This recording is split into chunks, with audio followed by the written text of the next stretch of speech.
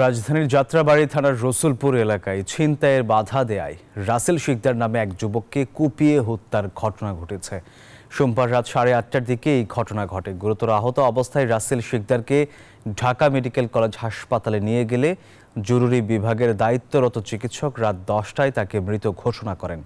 নিহতের পরিবারের সদস্যরা অভিযোগ করেন, স্থানীয় ছিনতাইকারীদের ছিনতাইয়ে বাধা দেওয়ার কারণে রাসেলকে শরীরের বিভিন্ন জায়গায় এলোপাথারি কুপিয়ে হত্যা করা হয়েছে। রাতে চিন্তাই করে মানে আমার ভাই যেখানে বসে থাকতো ওইখান দিয়ে যেত, তো ওনাদের উপরে প্রেশার পড়তো। তো উনি আবার বলছে যে তোরা এইখান দিয়ে এদিক করিস না, তোরা যদি করো অন্য জায়গায় যা কর, আমাদের উপরে প্রেশার পড়ে। তো শুনে নাই, ওরা আবার ওই দিকটা করছে, পরে ওনাদের উপরে প্রেশার পড়ছে। আমাদের ওইখানে যে ময়মুরবে ওনারা ধরছিল, পরে আমার ভাই আবার ওদের মারছিল।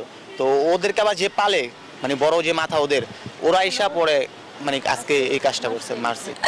যারা করছে তো এলাকায় দেখো সব পলাতক। এখন সিসিটিভি ক্যামেরা ফুটেজ আছে, ওইটাও ডিলিট করে দেওয়া হয়েছে। আমার স্বামী মরে গেছে, আর বিচার চাই, যারা এই কাজ করছে তাদের ফাঁসি চাই আমি। এনজিওর কিস্তি প্রথমবার বিকাশ পেমেন্ট করলেই 20 টাকা ইনস্ট্যান্ট ক্যাশব্যাক।